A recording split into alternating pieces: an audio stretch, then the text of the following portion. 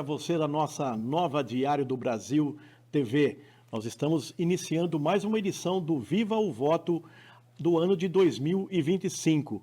E hoje, como nós sempre destacamos, é um programa que vai muito além das urnas, né? A gente continua discutindo o país, o estado de São Paulo e, obviamente, também a nossa região e a querida cidade de Bauru.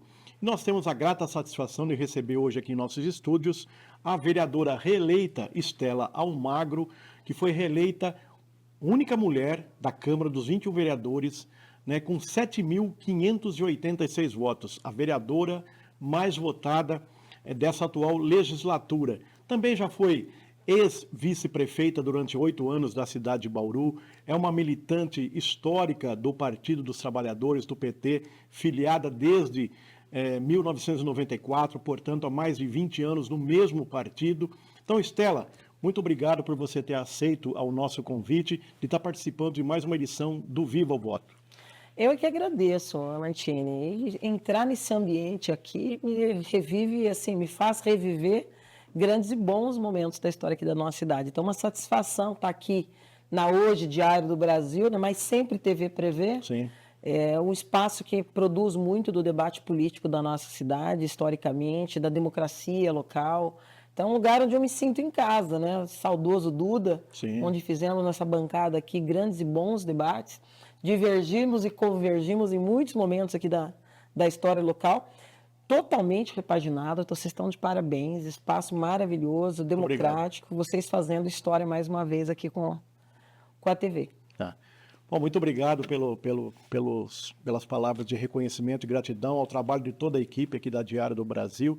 Nós vamos começar a nossa conversa, Estela, falando aí de uma notícia até triste e recente para o mundo, principalmente para as pessoas progressistas, democratas, que foi aí a perda do ex-presidente uruguaio, o Pepe Mujica, que é uma pessoa que chegou à presidência da República, mas nunca abriu mão da sua humildade, de uma vida simples e de espírito público, né? Deixando aí grandes legados. Fala um pouco para a gente desse sentimento que ficou para você, para os companheiros aí, que acompanharam sempre de perto a trajetória política e até pessoal desse cidadão Pepe Mujica.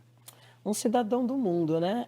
A democracia se sente um pouquinho mais combalida, né? Em época de tantos ataques aí à democracia, não só no Brasil, mas no mundo, o Pepe era realmente um símbolo, né? Vai permanecer como um símbolo dessa democracia que a gente defende.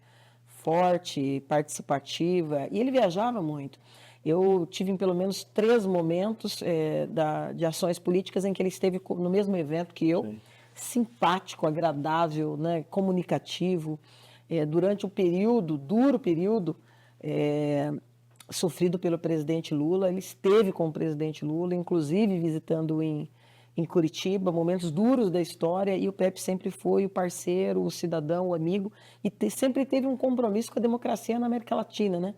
Uma pessoa comprometida para além das paredes, para além dos limites do Uruguai, mas que pensava na América de forma global e sempre muito próximo da discussão política da democracia aqui no país. Uma grande perda. Eu fiz, inclusive, uma publicação nas nossas redes ontem, porque é sempre importante a gente refletir sobre essas figuras que a gente perde, né, Amantini? Vai fazer muita falta, porque até o último minuto que pôde, né, nessa luta dele aí contra a doença, andou, debateu, participou, viajou realmente como um grande cidadão que defendia até o último minuto a democracia aqui na América Latina. Aliás, 2 perdas aí, né, muitos que chocaram praticamente o mundo, né, e a nossa América Latina em especial, que foi o Papa Francisco também, que sempre defendeu muito a paz, né, a união, o diálogo, respeitando a diversidade, e agora o Pepe, né? Nossa, o Papa Francisco é outro gigante, né? Que também nos deixou, e eu sou católica desde sempre, respeito todas as religiões, mas acho que assim, João Paulo II teve, né, um papel muito importante assim, de transformação da própria igreja, de tornar a igreja mais próxima das pessoas, do povo da própria igreja, de discutir os grandes temas sociais. Afinal, a opção da igreja católica sempre foi pelos excluídos. Então, são figuras assim eternizadas por uma luta histórica que tiveram dentro da hierarquia e da burocracia da própria igreja, né? Porque a gente, enquanto instituição, tem muitas questões aí para serem superadas. E e o Francisco foi realmente assim um cidadão sem igual, né? Acolheu, e essa imagem da igreja acolhedora, que tem um lado na história, Sim. né, que luta contra todas as injustiças, que prega a paz, que combate a fome, que defende o meio ambiente, as pautas do milênio da Organização das Nações Unidas é cabeceira do Papa Francisco, né? Então sempre soube se colocar, nunca se confundiu a figura dele de líder religioso com a de qualquer figura política em si, mas tinha uma alma de estadista também, né? Tinha uma visão sobre Estado, sobre justiça, sobre direitos, como nenhum outro. Mas figura que vai deixar saudade, mas também fez história e deixou muitas lições. E qual a sua primeira impressão em relação ao Leão XIV? Parece que realmente as primeiras palavras, os primeiros discursos, até as primeiras ações, parece que também caminham aí em seguir os legados de Francisco, né? Eu acho que ele entra num momento, assim, tanto que se tornou cardeal por Francisco, né? Então, assim, já tem ali também uma conotação de identidade dessa militância dentro da igreja. A despeito de americano, tem uma agenda na América Latina e uma vinculação com os objetivos que Francisco também buscava, superação da pobreza, das injustiças sociais, da violência. Também tem essa visão de igreja acolhedora e não excludente. Eu estou muito otimista com essa sucessão. Vi hoje também com muita alegria que as primeiras viagens dele já começam a ser marcadas e ele segue a agenda que não houve tempo, né, de ser cumprida por Francisco. Então, não é que seja uma continuidade, mas seguramente não haverá óbices naquela trajetória iniciada por Francisco na Igreja Católica a nível mundial. Então, muito bem-vindo, né, esse novo Papa aí dentro dessas diretrizes já deixadas aí pelo Papa Francisco. Tá. Bom, agora nós vamos falar um pouco da política nacional, né? A senhora, como eu disse na abertura aí, uma militante histórica, uma liderança, na verdade, histórica do PT, né? Eu gostaria que a senhora fizesse uma avaliação desse terceiro mandato do governo Lula aí, né? Já caminhando aí praticamente para a metade aí, 2 anos e meio, já iniciando o terceiro ano de mandato, tendo ao seu lado, né, o Geraldo Alckmin, que todo mundo comenta até hoje, nessa mudança, esse diálogo que houve, e está lá como ministro também, além de ser vice-presidente, e constantemente, inclusive, ocupando o cargo de presidente em exercício, com as viagens do Lula pelo mundo. Mas, enfim, que avaliação geral a senhora faz, principalmente nas áreas sociais do governo Lula? Otimista. E, assim, dentro de um contexto, acho que é um mandato histórico, né? É uma sinalização de uma coalizão que muitos acreditavam não ser possível, né? Inclusive porque na história mais ulterior da política, nós estaríamos em campos diametralmente opostos, né? De qualquer maneira, a superação dessas distâncias para aproximar lideranças políticas nacionais, como Lula e como Geraldo Alckmin, foi muito importante. Foi uma sinalização para essa visão de reconstrução do país, numa aposta em sentido contrário daquele divisionismo que causou Bolsonaro a nível nacional.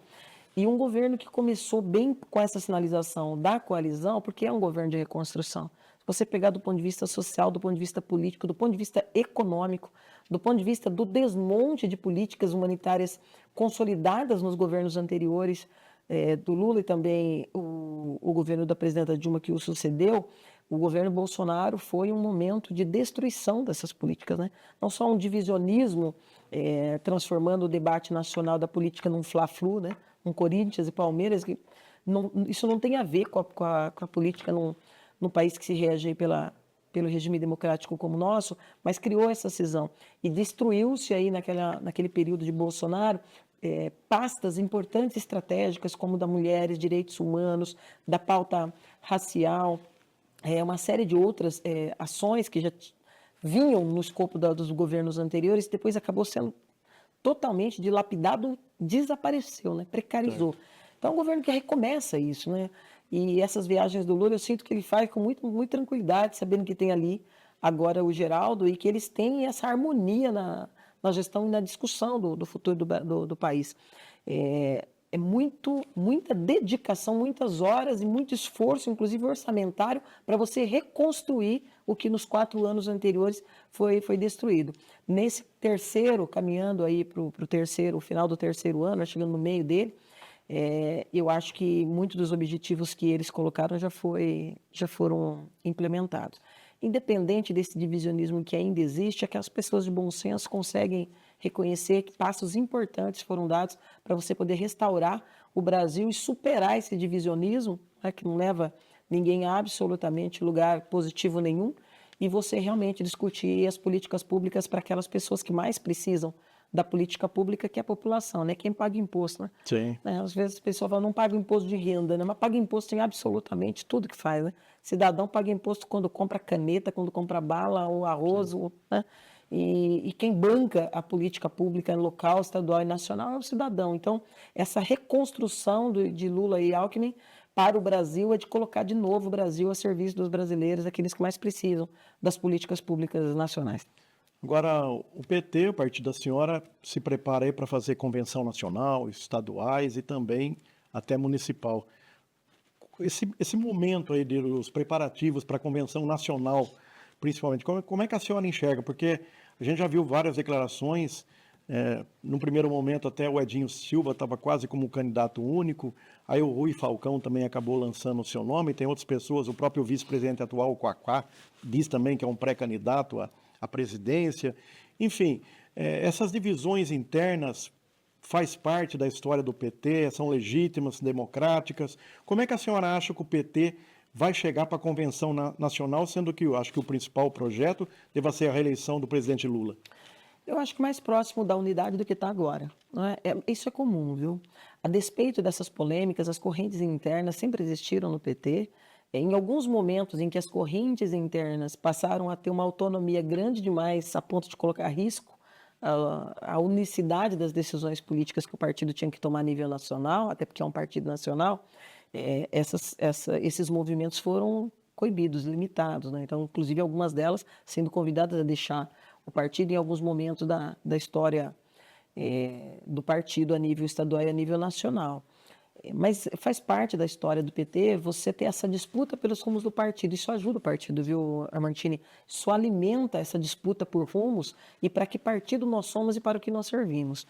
O processo de eleições internas do partido, que hoje é o PED, né, Programa de Eleições Diretas do PT, ele é importante porque ele é o único partido nacional que mantém isso, e que faz com que cada filiado do PT, em dia com as suas obrigações partidárias, e filiados dentro de um determinado prazo, antes do processo de votação, possa votar. Então, todo filiado do PT vota para as direções municipal, estadual e nacional. Isso ajuda a democratizar, abrir espaço para você construir e disputar os rumos do partido e da política partidária.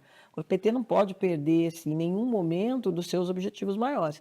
Nós somos um partido de massas, esse sempre foi um debate, quadros é massas, qual que é a vocação do PT, mas o PT, a partir da sua chegada à presidência da República e a perspectiva real de transformação da vida das pessoas pela política, que é o que a gente defende numa democracia representativa, demonstrou também de forma inequívoca a sua vocação pelo poder. Não, você precisa estar com o poder na mão para você transformar a vida das pessoas. Não basta você disputar na escuta social. Não adianta você fazer só a luta social e fazer esse trabalho pedagógico de emancipação de massas, de consciência coletiva, através de movimentos que são a cara do PT, como os sindicatos, as associações de bairros, os mutirões, onde você coloca a população organizada dentro de determinada pauta. O PT tem vocação para governar e demonstrou isso com as políticas que implantou e amadureceu muito ao longo dessas décadas. Com as primeiras prefeituras que conseguiu conquistar desde a década de 80, com os deputados, com os vereadores, com a chegada no Senado, a supressão dos símbolos nacionais da nossa presença no Senado, mas, sobretudo, com a nossa chegada no Executivo. As prefeituras que governou, o modo, a gente tem aí a nossa cartilha de modo petista de governar, e até isso está constantemente em disputa dentro do partido. E eu acho isso muito, muito importante. E o cenário nacional é o mais importante, porque tem uma canção do Lula que é muito histórica, eu cito sempre isso, porque eu acho que assim, é uma canção que fala muito da nossa vocação.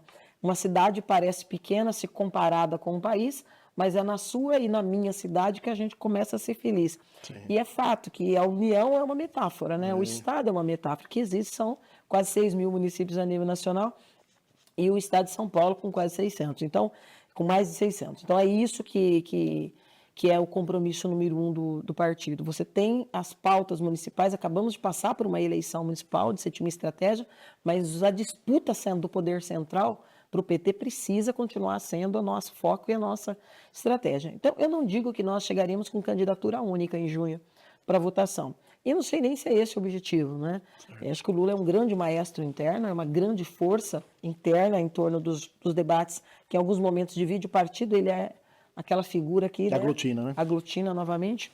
Então, a reeleição do presidente Lula seguramente é uma das preocupações centrais. Então, o PT vai amadurecer ainda para enxugar esse número de candidaturas, seguramente, mas eu acredito muito na eleição do Edinho, não só pela proximidade que tem com o presidente, mas pela proximidade que tem com o partido, a experiência que ele tem de partido, foi presidente estadual eleito e reeleito no estado de São Paulo, que é o estado mais complexo, maior, mais denso, né? Com mais capilaridade e desafios, inclusive, para enfrentar. Então, ele tem preparo, né? Foi prefeito várias vezes da cidade de Araraquara, então ele tem foi deputado, ele tem uma experiência, um conhecimento do partido e da base, milita também, como eu, desde de menino, de jovem no partido, tem no PT, esse é o primeiro e único partido, então vai ser muito importante a eleição do Edinho a nível nacional.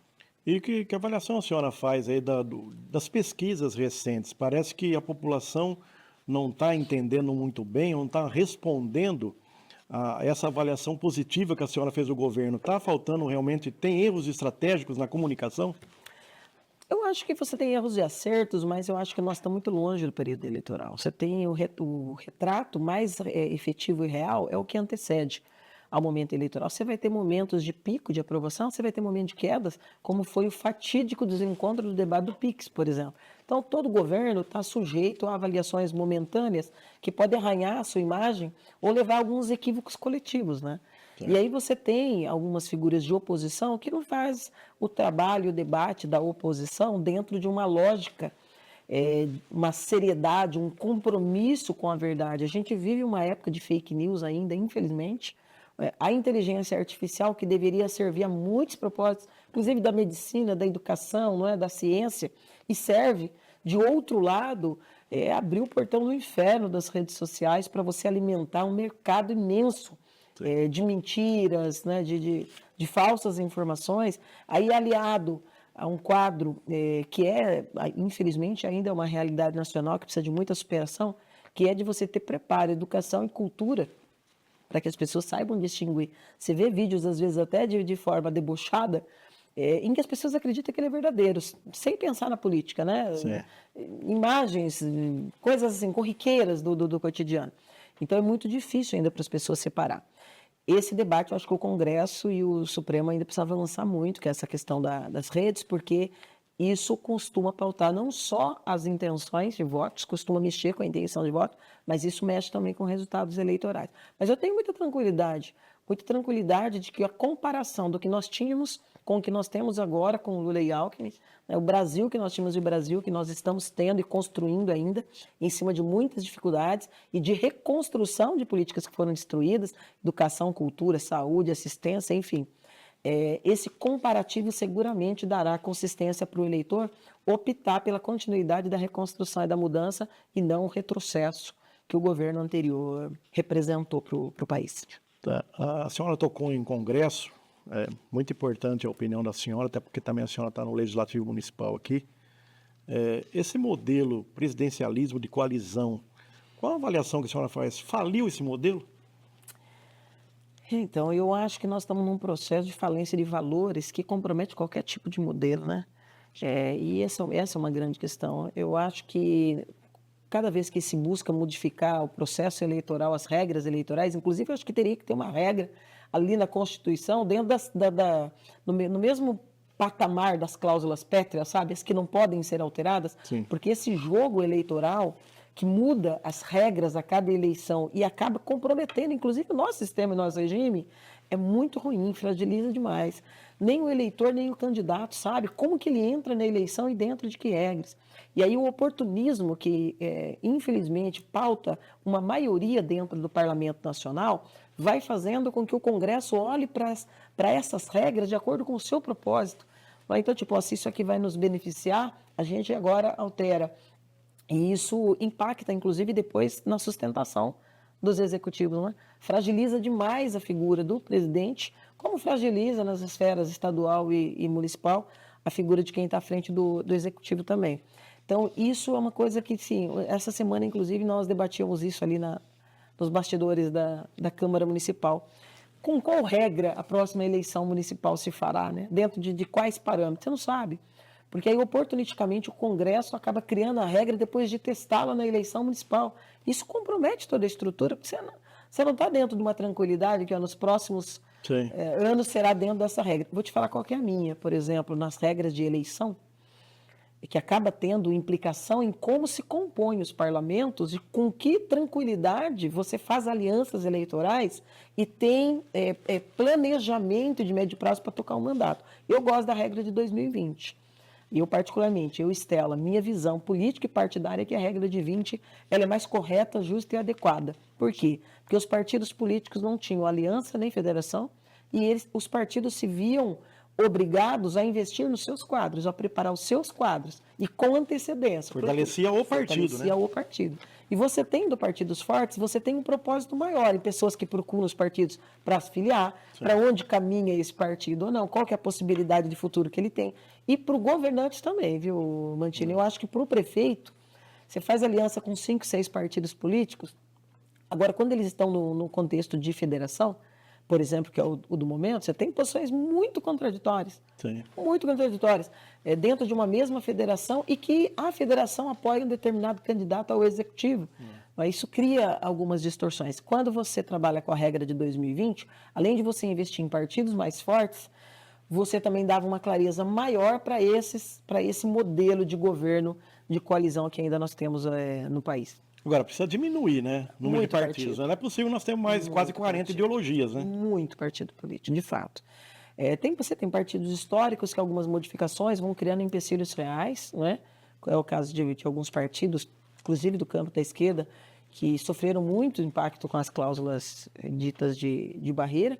E você tem, apesar dos critérios que restringiam determinados financiamentos, como os movidos pelos critérios econômicos, que na verdade surte pouco efeito na prática. Você tem proibições, mas na prática você sabe que ainda impera e muito no resultado das eleições e na força, entre aspas, de determinados partidos e lideranças políticas.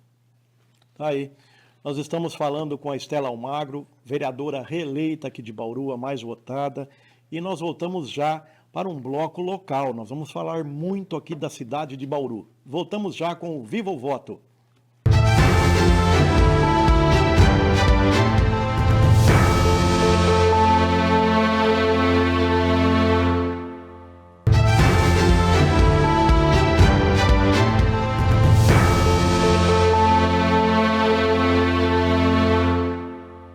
Olá, voltamos aí com o Viva o Voto, recebendo hoje aqui a vereadora reeleita Estela Almagro. E agora nós vamos debater a nossa cidade de Bauru. Ela tem muita experiência, né? Já passou pelo executivo, inclusive. Claro que foi um cargo de expectativa de poder, na condição de vice-prefeita por 8 anos, vice do Rodrigo Agostinho, mas, obviamente, conheceu de perto, né, todas as áreas, a gestão pública e tem muito a contribuir e tem contribuído também como parlamentar combativa que é lá na Câmara Municipal. Estela, primeiramente eu gostaria de saber da senhora, como é que a senhora está vendo Bauru hoje? Eu vejo que a senhora é uma parlamentar que se dedica bastante a fiscalizar, inclusive na legislatura anterior a senhora era presidente da Comissão de Fiscalização, né? Nesta atual legislatura a senhora é relatora da Comissão Interpartidária, né? Tendo como presidente aí o Natalino da Pousada, e a senhora tem até aconselhado sempre os colegas parlamentares na Câmara que costumam, né, apresentar muitos projetos e leis para, obviamente, serem transformados em leis, mas a senhora tem sempre alertado. Colegas, vocês fazem os projetos, eu aqui não voto contra o mérito da maioria dos projetos, mas a senhora sempre fala, esses projetos, mesmo sancionados, não têm se transformado em políticas públicas para a população. Gostaria que a senhora falasse um pouco dessa confusão, na verdade, porque, claro, o vereador de primeiro mandato, ele está ansioso, ele quer apresentar o projeto, ele quer que vire lei, Mas a senhora mais experiente, que também com a experiência do executivo, sabe, se não tiver realmente uma pessoa lá no executivo que tenha essa sensibilidade e traga toda a sua equipe de forma integrada a transformar aquela lei em política pública, não vai funcionar, né? Exatamente, Mantini. Isso vem dentro de uma preocupação que eu particularmente sempre tive. Os mandatos precisam ser pedagógicos, né? Eu faço isso o tempo todo com o meu mandato. Às vezes você perde tempo com uma fala que pode parecer longa ali e que ela não tem um fundamento, ela tem um fundamento. O fundamento é que se melhore a qualidade do parlamento. Eu não tenho preocupação em fazer leis. O legislativo tem o papel de fazer leis. Tem também o papel de fazer leis. Sim. Né? É o mais importante? É estratégico. Não digo, não penso que esse seja o mais importante. O papel mais importante do legislativo, a meu ver, é exatamente este da fiscalização. Porque os poderes são autônomos entre si, precisam se respeitar, precisam ser harmoniosos, mas o executivo tem a caneta e o orçamento. Se o legislativo não fizer o papel deste controle orçamentário, fiscal, você perde muito, né? Você perde as mãos do poder legislativo. E aí, independente de você ser um vereador da situação, um vereador da oposição, você precisa ter um pouco dessa, pelo menos buscar, né? Conhecimento, ninguém tem conhecimento de tudo, né? Eu vivo dizendo isso em relação à prefeita, porque mesmo sendo da oposição, e acho que fui a única no mandato anterior, que começou como oposição, é uma oposição responsável e consciente, né? Não faço uma oposição sistemática que só existe em períodos de exceção. Faço uma oposição dura, mas uma oposição crítica e estamos sempre tendo a preocupação de apontar rumos. Né? E os vereadores também precisam ter essa preocupação. As regras das eleições municipais permitem que qualquer pessoa, dentro daqueles parâmetros, que são poucos, né? Inclusive sobre a questão das letras, não é? Basta você saber escrever o teu nome, e isso está correto, porque você tem uma grande maioria excluída durante muito tempo do país, então o povo precisa se ver representado na própria imagem também. Então, o líder de bairro, o líder de uma entidade, de uma associação, uma liderança de um setor, ele pode ser eleito por conta desse prestígio momentâneo que ele tem. Isso não significa que ele chegue na Câmara com o preparo que ele precisa ter para entender de lei orçamentária, para entender de regras que ele vai votar, como plano diretor, lei de desocupação de solo.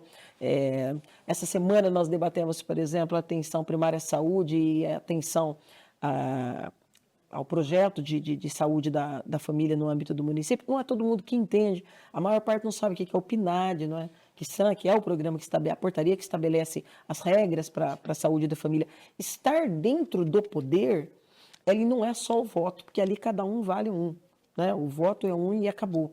Mas ele precisa ter uma busca de um conhecimento, de um preparo, porque o voto dele impacta positivo ou negativamente a cidade.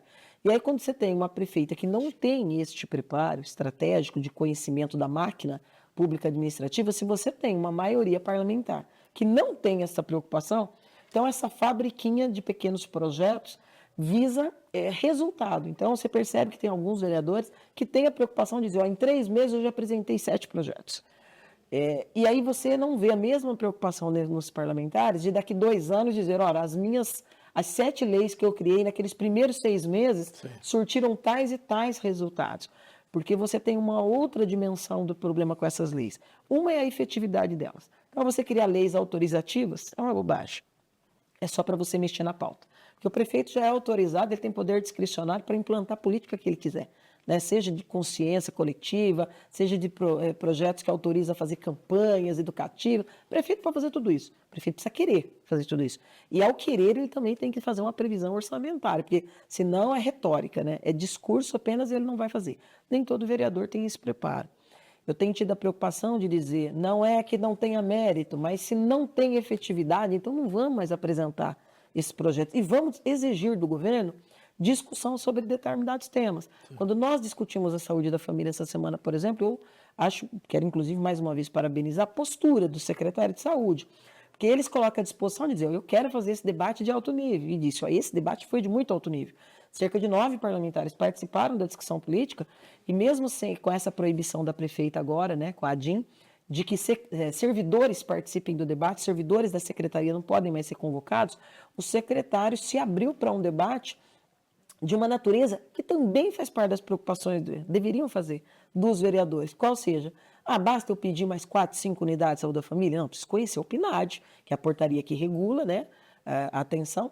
Eu preciso saber que para cada unidade precisa ter um concurso público específico, porque tem que estar ligado a um determinado território. Eu preciso ter área para construir isso, eu preciso ter orçamento para prever o aumento desse número de servidores, e eu preciso prever também a contratação através de edital da entidade, ou para aumentar, que já trabalha hoje, ou uma nova entidade. Então, são muitos passos. E esses passos precisam ser empoderados pelos vereadores, porque aí você chega para a prefeita, você chega para o secretário, e você tem conhecimento para dizer, não diga para mim que você vai aumentar em 3 ou 4, se eu não estou vendo nenhum desses gestos iniciais burocráticos que sinalize verdadeiramente que você vai fazer. Então, o parlamento é muito sério, é muito sério. Eu tenho brigado pela estrutura da escola do parlamento. Conseguimos, depois de 4 anos de debate, no ano passado, no último ano do mandato, emplacar na reforminha da estrutura da Câmara a inclusão da escola do parlamento. Então, hoje a estrutura existe. O que não existe é o orçamento e as figuras que vão desenvolver esse trabalho. Já conversei com o presidente da casa, tenho cobrado isso dos membros da mesa da casa, para que a gente peça o orçamento para o próximo ano, para que se implemente. Por quê? Porque a escola do parlamento vai dar essa formação. Aquele que não tem o preparo vai ter, aquele que já tem vai melhorar. Qual instrumento? Todos. Então, você vai discutir saúde, educação, orçamento, você vai discutir uma série de técnicas que é muito importante para qualificar a intervenção do parlamentar. A gente acompanha constantemente lá sessões ordinárias, enfim, todas as atividades do Legislativo bauruense, e o que nos chama a atenção, como de grande parte da população também, e a senhora tem sido muito combativa, inclusive alertando a ex-mesa diretora da legislação passada, a atual mesa, dessa falta de respeito aos prazos, de seguir o rito nas comissões, é tudo num atropelo, desrespeito à lei orgânica, desrespeito ao regimento interno. O que está acontecendo? Está ficando uma imagem negativa para o Poder Legislativo como um todo, a senhora não acha?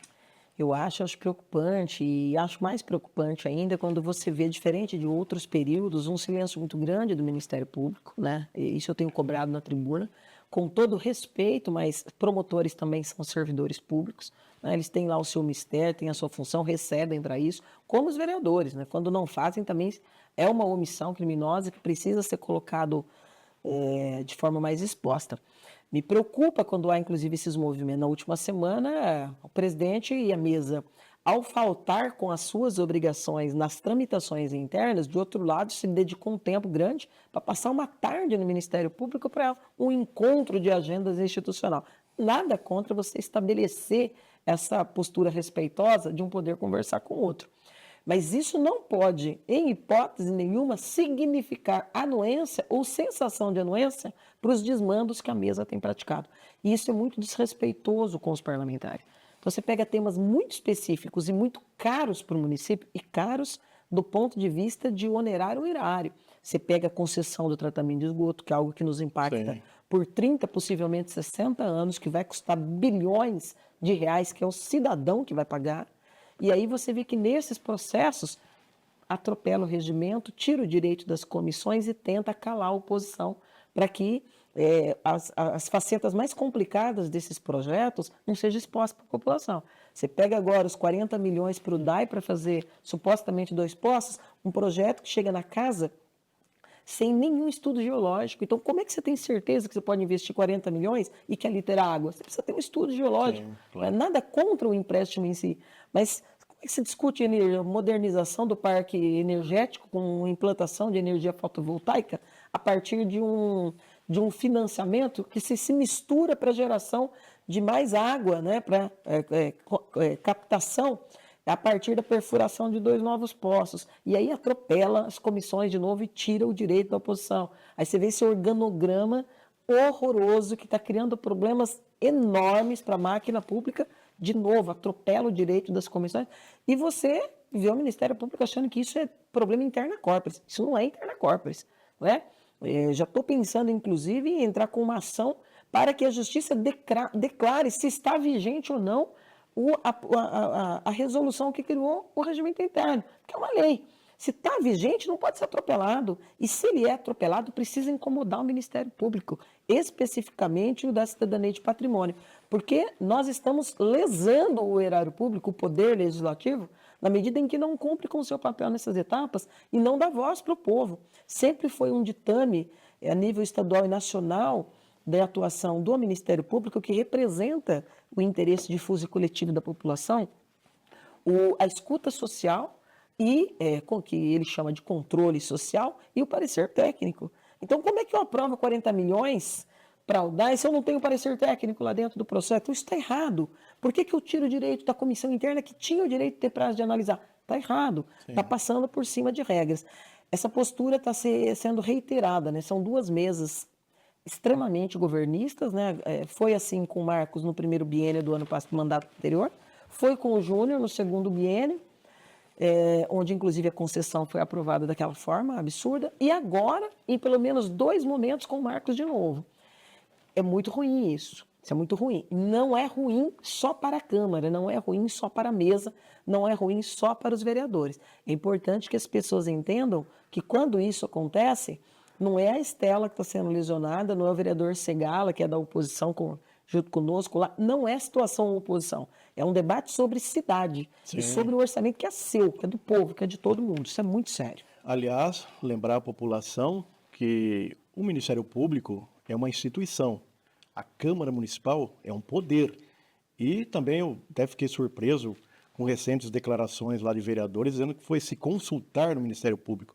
O Ministério Público não é um órgão para estar lá para dar consulta, não está indo numa clínica médica, numa consulta médica. Exatamente. O Ministério Público tem que exatamente fiscalizar, né, para que prevaleça nessa fiscalização o interesse público diante das denúncias que lá chegam a esta instituição. Que fique bem claro isso, porque cada vez também que vai, como alguns usam lá, que vai consultar o Ministério Público, automaticamente você está enfraquecendo o poder legislativo. Essa que é a grande verdade. Eu sempre falei isso, viu, Mantini, porque o Ministério Público, ele não é órgão decisório. Sim. É uma instituição que opina, propõe leis inconstitucional, ele questiona, uso inadequado de recursos públicos ele fiscaliza, porque ele representa, como eu disse, o interesse difuso e coletivo. O que significa? É aquele que não pode ser identificado. É um dos órgãos externos, né? Como é o Tribunal de Contas. Como é o Tribunal de Contas. E às vezes os vereadores, este ou aquele, até oportunisticamente, quer blindar uma postura que não é legal ou constitucional, dizendo, eu já perguntei para o Ministério Público. Isso é muito comum com secretários. Já vi vários secretários dizendo, já fui conversar com o Ministério Público para eu encaminhar desta maneira. Não é papel do Ministério Público, nem do secretário, nem do vereador. Quando o presidente anunciou a ida ao Ministério Público nessa semana, eu fiquei preocupada. Por quê?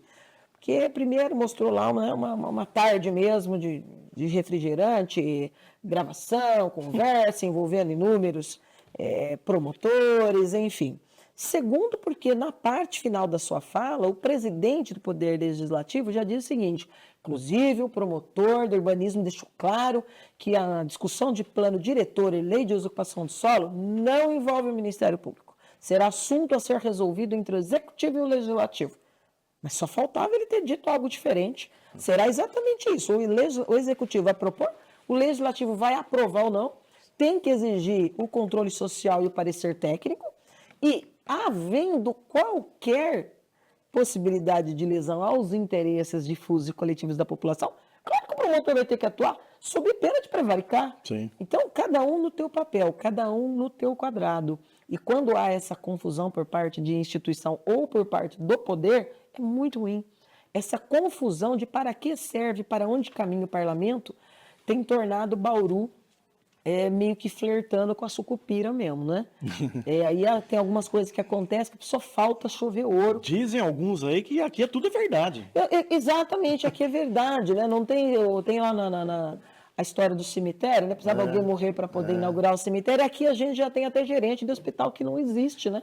Então as coincidências com sucupira realmente está cada dia mais real, infelizmente. Agora, vereadora, a senhora tocou num ponto muito importante, acredito um dos temas mais importantes da história recente de Bauru aí, que é com relação a esse projeto, agora ao edital de concessão do esgoto de Bauru. Lembrando que desde 2006, aí um fundo municipal criado no governo Tugangerame, já tem mais de 300 milhões de reais, numa Exato. conta específica, exatamente para a conclusão da estação de tratamento de esgoto, né?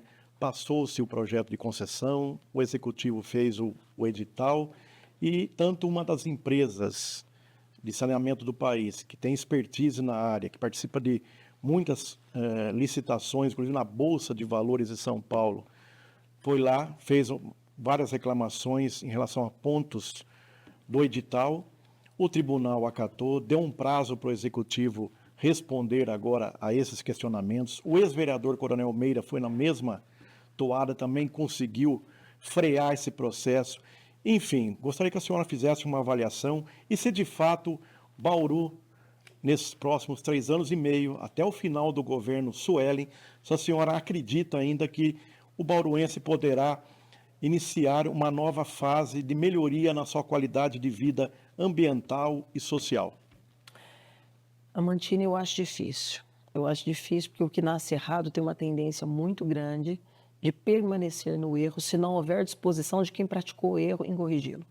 Então, nós temos 2 momentos da história recente da cidade, e lembrando, viu, quando você fala de tratamento de esgoto, você está falando de despoluição do rio, que é extremamente importante, você está falando de saúde pública, você está falando de meio ambiente, você está falando de desenvolvimento econômico, porque muitas grandes empresas não vêm para Bauru, porque realmente não tem esse item entre os elencados como passíveis de ser encontrados aqui na cidade de Bauru. Como várias outras questões, tem também implicação nesse quesito aí do desenvolvimento econômico. Nós temos 2 momentos na história que marcam a questão desse debate. Nós que só temos aí um percentual aí da ordem de 3, 4% de esgoto tratado, mas quase a totalidade de coletado. Isso é um dos grandes embrólios da possível concessão, porque você está falando de uma rede toda onde a água e o esgoto está sob a égide do DAE e depois você vai ter que ter o convívio entre até não sei quando do departamento mantendo a da água, que eu acho difícil de se manter, né, pelas questões todas já colocadas até aqui, vai se tornar rapidamente deficitário e vai caminhar para entregar tudo, né? Sim. A concessão caminha a passos muito rápidos para, quando efetivada, se transformar numa privatização do setor. E, lembrando, na contramão do mundo, todos os países desenvolvidos do mundo que está de novo reestatizando serviços essenciais. Já aconteceu isso, infelizmente, em outros momentos da história com serviços estratégicos, é o caso da ferrovia, né, que todo país do mundo valoriza ou está no segmento de reestatização. De qualquer momento, 2006 é um momento que você fala, e é importante quando o Tuga cria o fundo, onde todo mundo paga, você paga, eu pago, todo mundo paga, e nós estamos realmente aí caminhando já para os 400 milhões. Depois nós temos em 2013, quando o governo federal, nós estávamos no poder, né, o Rodrigo era prefeito, eu era vice, era um dos compromissos de campanha, os recursos da Fundo Perdido, para que a gente conseguisse a estação. E foram os 118 milhões, dos quais a prefeitura já se utilizou erraticamente, né, sempre erraticamente, na gestão do próprio Rodrigo, na gestão do Gazeta e também agora, principalmente na gestão da prefeita Sueli Ronzin. Usou metade, não construiu aquela geringonça que não foi do nada para o lugar nenhum, já usou metade, e essa outra metade que está lá, isso é muito sério. Nós podemos vir a ser condenados a devolver tudo.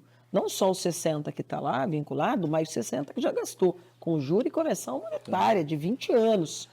Praticamente. Vai dar uns 130 milhões aí. Sério, compromete muito o orçamento. Agora, quando o Rodrigo faz o edital, eu já tinha ali muitas discordâncias. Não é o tipo de obra que qualquer empresa tem qualificação para disputar, então você tinha que ter um preparo e uma tranquilidade para um edital, que não foi a que marcou a tramitação disso pelo Rodrigo. Achei um equívoco, né? Centralizou na mão de 1 ou 2 técnicos do gabinete, quando isso deveria ser um debate multissetorial da máquina, inclusive com talvez até a contratação de um suporte para a elaboração do próprio termo de referência desse edital. Não fez. Então errou.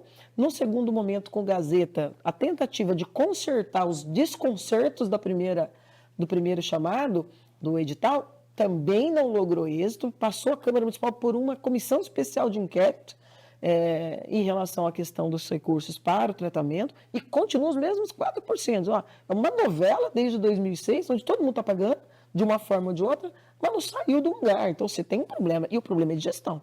Sim. Foi apreciado o Rodrigo, errou, na minha visão, o governo Gazeta, na forma como conduziu, e errou mais ainda a prefeita. Por quê? Porque não conhecia a máquina, se colocou dentro de um compromisso de terminar em 2 anos, né? Disse de público, então disse sobre o que não conhecia, deveria dizer, ao contrário, vou conhecer a situação, depois eu me posiciono.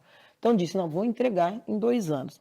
Aí assume, vai lá, a gestão da prefeita Suelen Rosim é muito efetiva no ponto de vista do marketing. Né? Então, é muita rede social, ela foi lá com a equipe, a Flávia estava na frente do DAI, pôs lá o capzinho de obra, visitou, fez filme, olha, vamos retomar e tal. E dali 1 ano falou, vou cancelar isso aqui que não dá. Vou cancelar e vou brigar. Então, tem ainda essa discussão judicial que não está resolvida, né, das duas empresas envolvidas. Então, olha o quanto subjúdice está essa situação. E aí você tem uma concessão que foi atropelada. Nós temos ainda uma ação que a gente está brigando na justiça lá do momento da aprovação, que ela ainda não foi julgada no mérito. Você tem essa ação que o Meira fez para questionar o edital já do chamamento para a empresa da concessão, e você tem as próprias gigantes do mercado, do setor, brigando nisso. Nós estamos já caminhando para o meio do primeiro ano Exatamente, são 3 anos e meio. Mandato. E você tem uma eleição, e você sabe que está muito claro que a máquina pública, a prefeita, direciona ou para ela ou para a mãe uma campanha eleitoral. Então você tem ano que vem um ano eleitoral, onde a máquina pública, além das restrições legais, acaba tendo prioridades que são invertidas.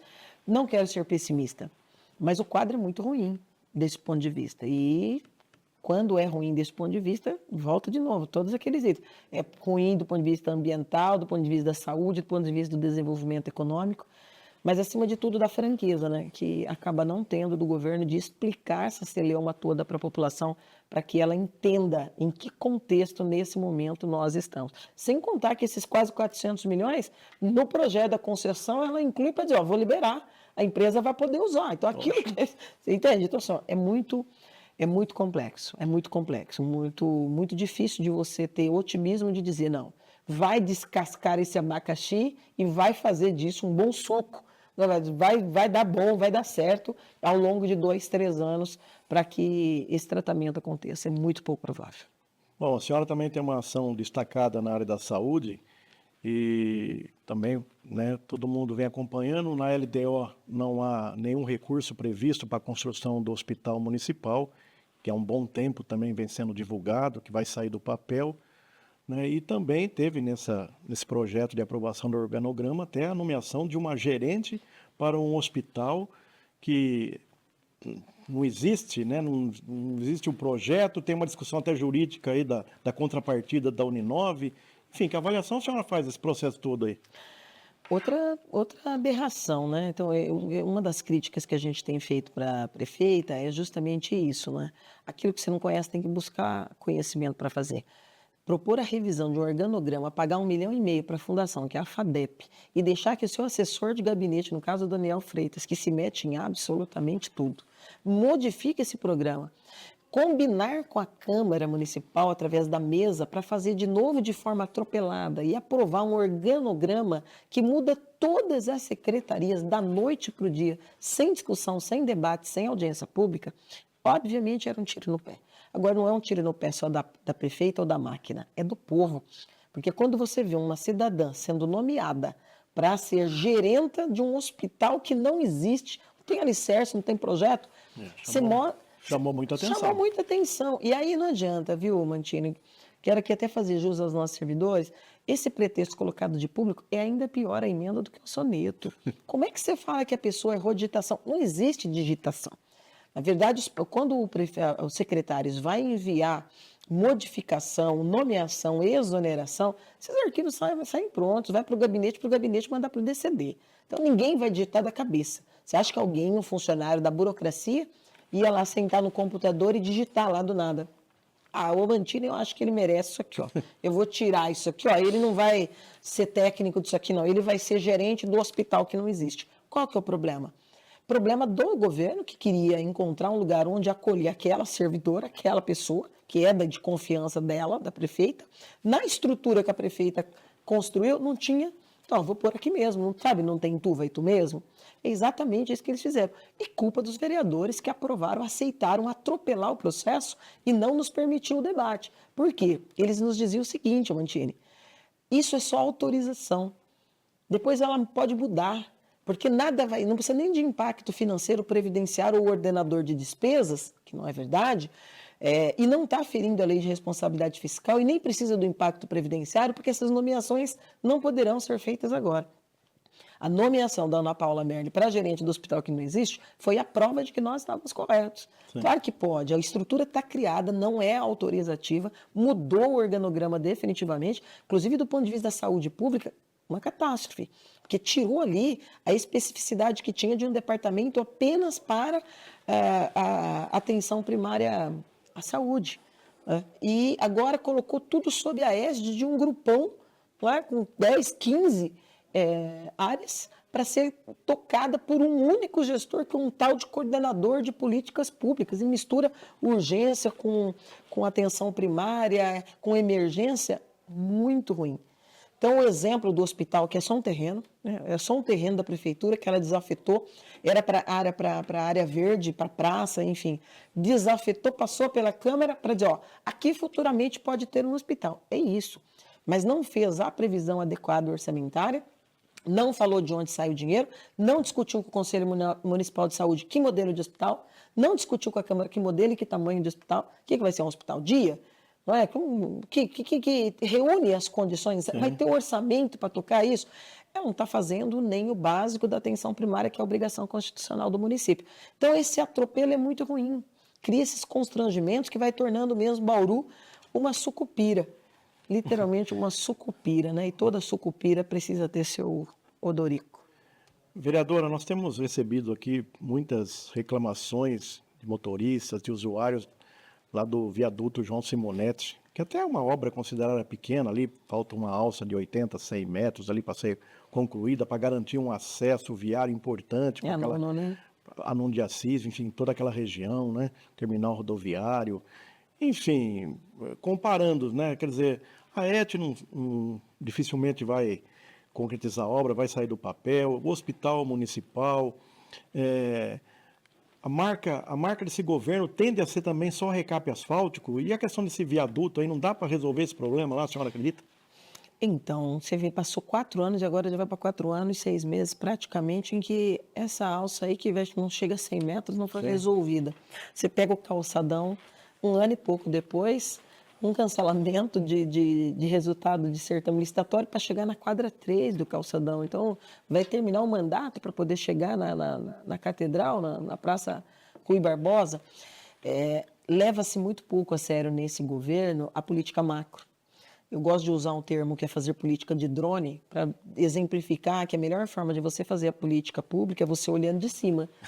Então, quantos viadutos eu tenho? Quais os problemas que eu tenho? Quanto custa? Você já tinha que ter colocado equipe para você fazer esse levantamento técnico e você ter pensado início de mandato. Início de mandato.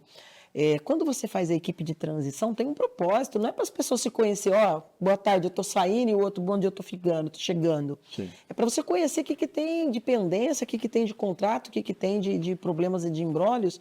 E esse é um fluxo extremamente importante, porque faz ligação com áreas muito importantes da cidade, inclusive com a região do Meridó, Araruna, acesso à rodovia, inclusive agora com a chegada importante da Leroy Merlin, que é uma grande empresa, uma gigante desse mercado, mas que vem por suas próprias pernas e se localiza naquela região, mas tem também prejudicado o povo, seu acesso a chegar nesse espaço e outros ali do entorno. Vou dizer mais, o viaduto também ali, o viaduto inacabado, que lá atrás, na nossa gestão, nós conseguimos os recursos para terminar uma das alças, que foi o famoso viaduto do Tidei. Ali é um lugar muito importante, que qualquer gestão precisa, de início, já pensar quanto custa fazer a segunda alça e melhorar esse fluxo em 2 regiões extremamente importantes da cidade, que vai dar acesso a Bela Vista e a Nuno também, e liga com a Vila Falcão e toda essa outra parte gigantesca da cidade. Mas isso é planejamento, né, Mantini? E se você não tiver planejamento orçamentário, técnico, e esse debate de prioridades, infelizmente, acaba não acontecendo.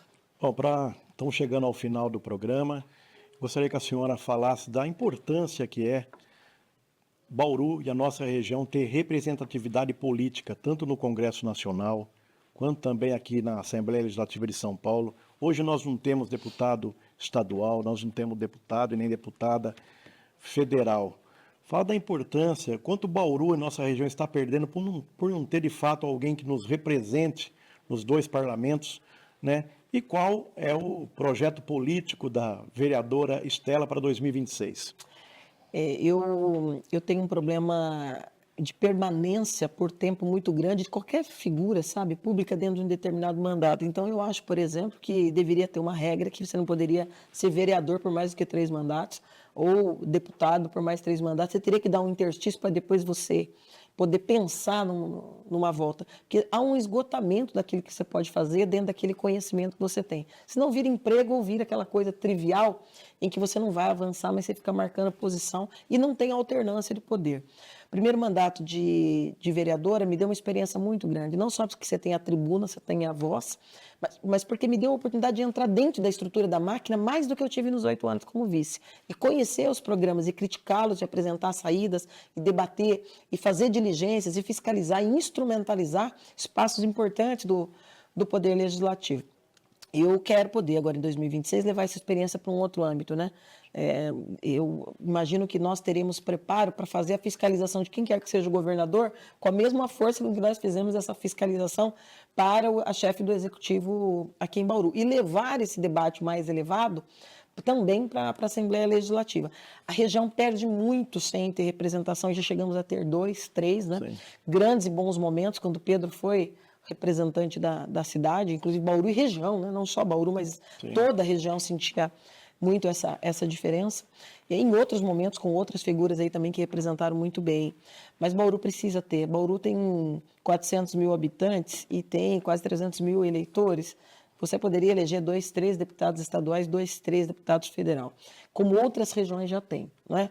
Agora, o que eu acho que é muito importante, que vocês da imprensa, até porque vocês têm feito um trabalho muito sério, vocês que têm a TV, isso é muito importante, essa imparcialidade, esse trabalho importante e republicano que vocês fazem, e se unir a outros órgãos tão importantes quanto aqui do município, para nós trabalharmos desde já o combate à abstenção. A abstenção elegeria prefeito, a abstenção das últimas eleições elegeria 2, 3 deputados estadual. Eu acho que esse é um desafio e nós vamos estar ali disputando esse espaço e também ajudando a fazer esse processo de conscientização para que a gente possa ter deputado estadual, possa ter deputado federal da nossa cidade.